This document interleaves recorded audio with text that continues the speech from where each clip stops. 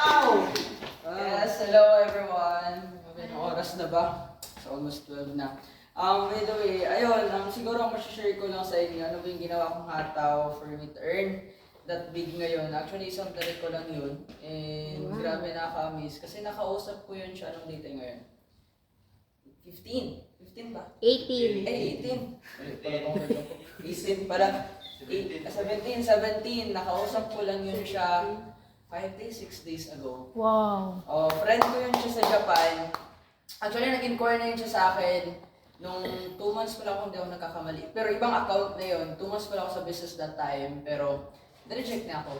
And ang pinaka talagang lesson na nakuha ko doon, the moment talaga you do your part, you do this business consistently, time will come na lahat ng mga nag-reject sa'yo, time will come sila na mismo lalapit sa'yo. The good thing about it, kasi kami, pinag-usapan namin yung nag-chat siya sa akin. Wala na kami pinag-usapan. In-explain ko na sa kanya yung about sa OBI kasi way back before, easy pa yung na-present ko sa kanya but right na OBI. Sobrang dali na lang. And since alam na niya na may puhunan, kumbaga since may work din siya sa abroad, nasa Japan siya right na 19 years old pa pala yun, sobrang bata pa. May family, andun yung family na sa Japan right now, working din siya, nag-stop siya ng school. And good thing about it, kasi ang sarap sa feeling, kasi ang konti lang talaga, sobrang konti lang ng conversation namin hanggang sa nakapagpadala siya. Kumbaga tinawagan ko lang siya, in-explain ko sa kanya, hinanapan niya ng parang. Actually dapat makapag-join siya December pa. Kasi yung pang-join niya sana right now, papadala niya sana sa family niya, sa mother niya sa Davao. Masabi na, ano talaga doon sa sinabi ng isa, sinabi siya sa akin na, Coach, grabe, i-shot ko na talaga tong shot ko kasi kahit yung pang-grocery ko, na-shock ako, sabi na kahit yung pang-grocery ko ngayong month, ilalagay ko dito. Di ba, kumbaga ako as a coach, talagang mapupush talaga ako na i-guide siya. At talagang alam mo yun, mapush talaga siya to the limit sa magka-resulta din. And ayun, nakaka-miss kasi ang dami ko nang na-experience na ganun, na lahat ng mga nag-reject sa akin way back before, right now, sila na talaga mismo lumalapit. So ganun talaga ka-importante the moment consistent mo lang ginagawa yung negosyo natin. Time will come, lahat ng mga nag-reject sa hayaan mo lang kasi time will come, yung mga malayan, di ba, ongoing, diba, doing the business, sila na mismo yung lalapit, sila na mismo magtatanong, sila na mismo, Coach, saan ba ako magpapadala? Right now, may nihintay na naman ako. 7 days pala ako sa negosyo, nakausap ko siya, nireject niya ako. 2 days ago, bumalik siya, tomorrow or the next day, magpapadala na naman sa kanya yung first year. Wow! Grabe, nakaka-amin. Kasi, ano ba, ganun pala yung magiging ang maging resulta the moment talaga consistent mo na ginagawa yung business. Kasi, talaga, sila sobrang sarap kasi sila na mismo lumalapit. Kaya, ang gawin nyo ngayon, magpa-reject lang kayo, magpa-reject kasi aanihin nyo din yan, di ba? Yes, Aanihin nyo din yan. And of course, with the kailangan nyo din bigyan yung value the way makipag-usap sa prospect kasi the moment you give value, the moment na, alam mo yun, kasi minsan, kapag naging-pag-usap tayo sa prospect, hanggang kausap lang, habang watch together lang. Pero the moment finil mo talaga, binigyan mo ng emotion, talaga binigay mo lahat, talaga mararamdaman ng tao. Di ba? Binigay mo yung, genuine intention yun sa kanya. Kaya, ganon, talagang bigyan natin yung value yung hataw natin, itodo natin right now. Kasi isang month, 1.5 month na lang tatapos sa yung taon na to. Ano yung hinihintay nyo, diba? Itodo na natin. Kasi this 2024 talagang super happy ko kasi nalagpasan ko na yung kinita ko last year for the whole 2023 right now. Wow. Super excited kasi ako declare ko na kung hindi ngayong taon na to, first quarter of 2025 talagang papalabas ko rin yung first part ko. Kaya, ayun, grabe palakpakan na natin ba? Grabe yun, imagine mo, batang-bata, tapos maglalabas na sa kanya. At syempre, thank you so much po Angelo, diba, sa mga tips na binigay sa akin. At syempre, meron pa tayong isang tatawagin, ano dito? Ano siya, Opa dito, Opa? Opa.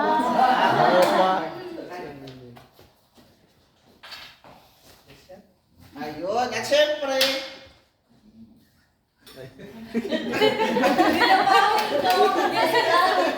ito, Mexicano.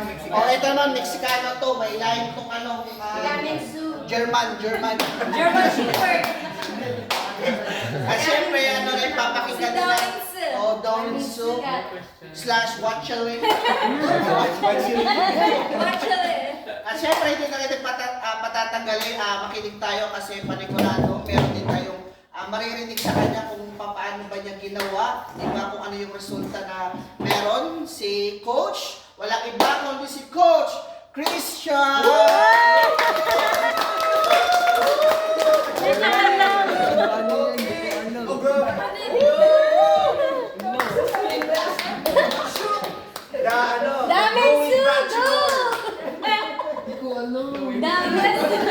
Hindi ko alam. Daming sugat. Grabe The floor is yours. Share ka na naman. Yung patawag na gano'n. May dyan kasi daming sugat. Uy, dito ako sa gitna daming sugat. Gitna daming sugat. Wow, grabe. Parang marinig ka nila. Dyan,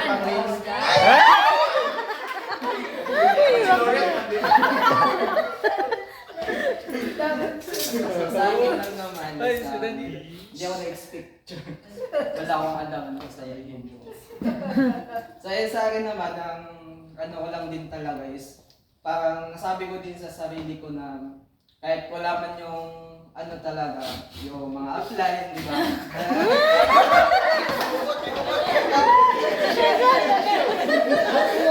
Ano din talaga, laban talaga kasi focus sa goal. And ang ginawa ko lang din talaga is hataw kahit ano. So ano din talaga ang sa akin Iiyak na yan. chine-check ko din talaga yung Facebook ko, yung Messenger ko. Tapos sinasabi ko sa sarili ko, parang umiiyak yung araw ko kung hindi ako nakapag-follow up. So sa akin din naman, kahit ano talaga mangyayari kasi nandyan lang talaga yung mga mentors. So dahil pasalamat ko din talaga kasi before nangyari sa akin is parang parang ginawang banding-banding lang ang business. Pero ngayon talaga is ginugol ko din talaga na mag-income per month na 100K. So wow. And yun lang talaga focus sa goal. And siyempre din talaga, chinichik ko din talaga yung BTC ko kasi doon ako na-inspired na mas lalaki pala pag focus ko talaga sa business yung time ko. And siyempre, thank you din kay Mentor at kahit ano yung pinagdaanan 1 month, diba?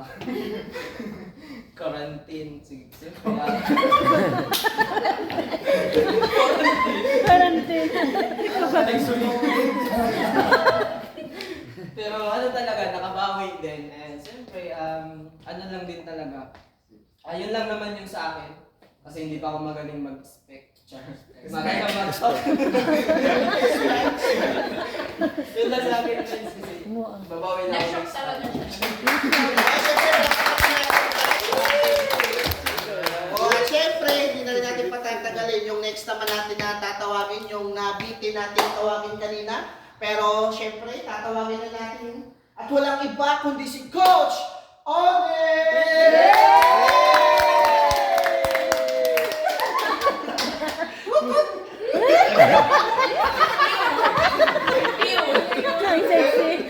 Sexy. Hello guys.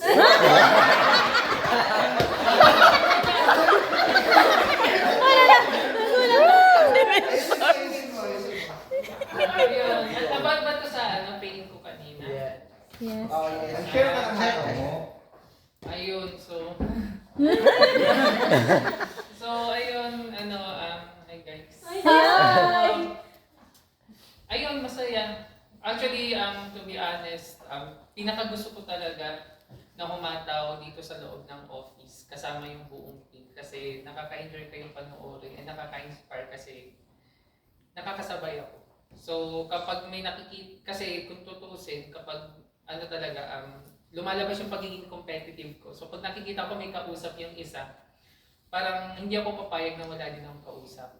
So kahit sino pa yan, kakausapin ko talaga and ilulusot ko yung pakipag-usap about sa pagtulong sa kanila. And so far, dahil sa nangyayari ngayon and dahil sa centering na to, papasalamat ako kay Mentor Rafi dahil dito, is nagsisimula na talagang nakikita ko na yung resulta ng kagustuhan ko kasi nangyayari na siya. Yes. And I'm so happy kasi first time nangyari sa akin na nagkaroon ako ng pay-in na na marami. So, masaya kasi hot speed din yun. Wala pang one day na nakausap ko siya. Hindi ko na-expect kasi talaga, pinakawalan ko na siya before. So ilang buwan na na hindi ko siya kausap, tinanggal ko na siya sa lahat sa follow-ups ko. And then siya na yung tumawag sa akin nun. And then sabi niya may pera siya, papadala na niya, iniinano ko na yung message, yung payment details, din kinabukasan, nagpadala agad. And then kahapon kinausap ko lang din, nag-explain ako kasi may mga pinsan daw siya. And then yung mga nagpadala ngayon, ayun yun. So puro direct of direct sa ad accounts. Tapos bukas may dalawang pinsan na naman na magpapadala. Yung pinaka-main na nakausap ko, mag-VIP na siya sa katapusan. So lahat yung nangyari dahil sa talagang indirect follow-up nga kung tawagin. Talagang post and then message personal. Kasi nga, the fortune is in the follow-up. So, make sure na be consistent lang sa ginagawa niyong messages. And tawagan din yung mga prospect. Huwag lang basta-basta message lang. And make sure na yung messages niyo, hindi puro business. Kasi nawawala ng connection doon sa mga nakakausap niyo. So again, thank you very much sa inyo lahat kasi kayo yung nagpa-podcast ng competitiveness ko para alam mo kayo ni Kat. Galing. Yes. Thank you so much, Coach Colin. Diba, grabe, napaka-daming, diba, naghihintay. Parating na resibo. Siyempre, dapat kung nagawa ni Coach Colin, tayo naman yung next. Papayag ba kayo? Yes! At siyempre, ito, pinakalas na talaga. Tatawagin natin yung sa mga dahilan, diba, kung bakit tayo nandito, yung buong super team, at bakit meron tayong napakagandang sistema sa community natin. At syempre, mas maganda, focus kayo, pakinggan nyo yung mga sasabihin ni Mentor kasi ito yung mga babaunin natin pag-uwi ng hub at pwede nating i-apply kasi kung nagawa ni Mentor na kumita at magkaroon ng resulta panigurado, tayo na yung susunod. At syempre, si Mentor!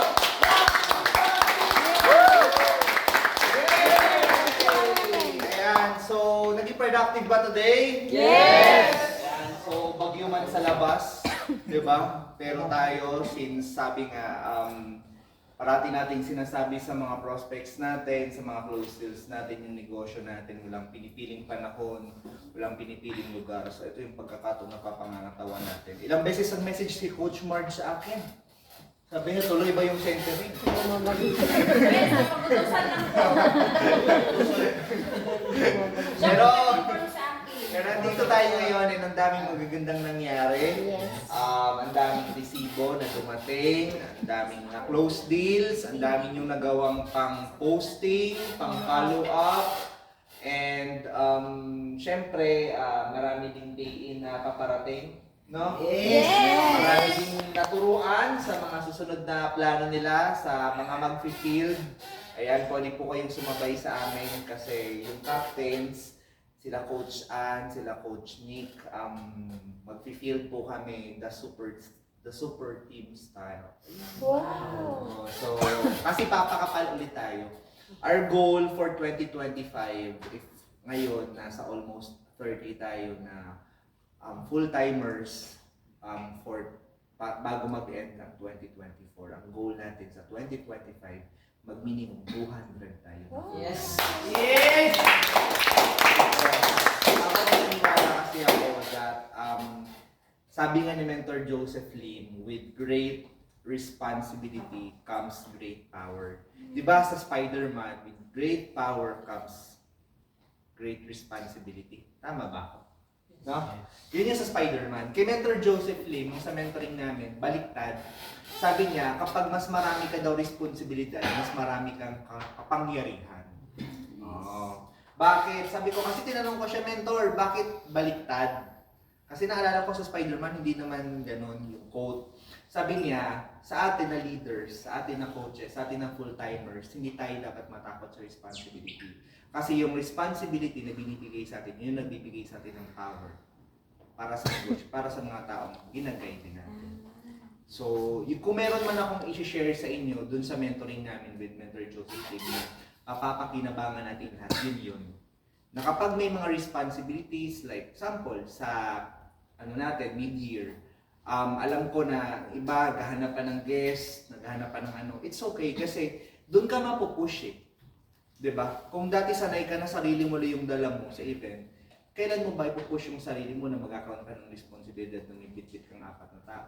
Diba? Eh kung yung 4 na tao na yun, sinet mo sa akin, kinausap natin during the event, hanap tayo ng lugar doon sa loob ng Smart Araneta Coliseum, close deal natin, baluin natin. Di after ng event, may 4 na follow. Tama ba?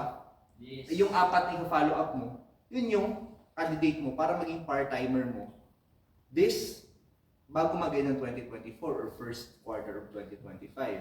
Eh what if yung 4 na part-timer mo, yun yung maging next na full-timer mo by second quarter of 2025? Nagigets niyo ba? I-imagine mo, half pa lang ng 2025, nag times 5 na yung manpower mo. Eh kung 30 tayo ngayon, times 5, ilan na yun? 30 times. Ha? 150. 150. O, di ba? 150 na yun. Kalahating taon pa lang. Eh, what if 150 na yun? Same ulit yung mangyayari. So, kayang-kaya natin yung 200 na full-timers by the next year, 2025. So, yun siya guys. And etong, natin, privilege to. Hindi siya dapat yung mindset natin kasi baka may iba dito na pupunta na naman ng office, wala naman ibang gagawin doon, magtatambay lang naman. Pag ganun pa yung mindset mo, hindi ka pa negosyante. Kasi dito, wala tayong binabayaran. Binibigay sa atin yung opportunity na i-maximize yung office natin sa Project High. Binabayaran to mismo ni Mentor Tanya. Siya yung nagbabayad sa rent dito. For us to maximize the whole project office. So imagine natin, if our mentor is not afraid of that responsibility to give us yung energy na kailangan natin. Diba, ang sarap, parang ganito, pansinin nyo iba ang energy na baon nyo pagbalik nyo ng kondo pag dito kayo mahataw. Yes. Kaysa na nasa kondo lang kayo. Diba, parang na-energize tayo ulit. Especially kapag nandito ka sa office, minamaximize mo lahat. Nakakatuwa kanina yung nag-video kay AJ, nag-video dito kay Rose. Yun yung magandang energy kasi pagbalik mo ng kondo, may mga gagamitin ka. Diba? And congratulations din pala kay Tita. And so, Thank you. ayun guys, maraming salamat sa inyo sa nagpunta ngayon. And again, tuloy-tuloy natin to. Sa mga hindi nakapunta, encourage them na pag next na gathering natin dito, next na centering natin, sumama sila. And i-maximize nyo talaga. Kasi para din sa inyo to. Hindi namin to ginagawa para lang may tao dito. Kasi supposedly, diba, sino ba naman, may staff pa. May bagyo na sa yung staff. Diba? Kung pwede lang naman sana hindi. Pero ginagawa to, pinupush natin yung sarili natin. Binibigyan tayo ng opportunity ng uplines natin. Para makita natin yung bigger picture ng negosyo ginagawa natin. Okay? So, reminder sa hindi pa po nakapag-pay ng tickets nila sa ating mid-year, please settle na po kasi tomorrow na i-release yung ticket. And sa mga nag-cancel ng order ninyo, last nyo na to. Kasi, hindi pwedeng mag-cancel. So, ang vouchers, naka-design yan para mas maging magaling tayo sa paggawa ng paraan at pag-maximize nga ng company ito. Kasi yung company ito, hindi naman ginagawa para sa company, ginagawa yun para sa atin. So, para din naman sa atin yan. And of course, syempre, nagpunta na kami kanina kasi gusto ko talaga makita yung venue ng Thanksgiving natin. Ang ganda. Masasabi ko sa inyo, sobrang ganda. Kung nakapunta kayo sa the other side, iba. Yung sa other side sa Halloween, mas maganda doon. Times 5. Ang ganda. Mas malaki siya. Then kagabi, nandun kami, nandun may mga artista doon. May mga vlogger, nandun si Krisha.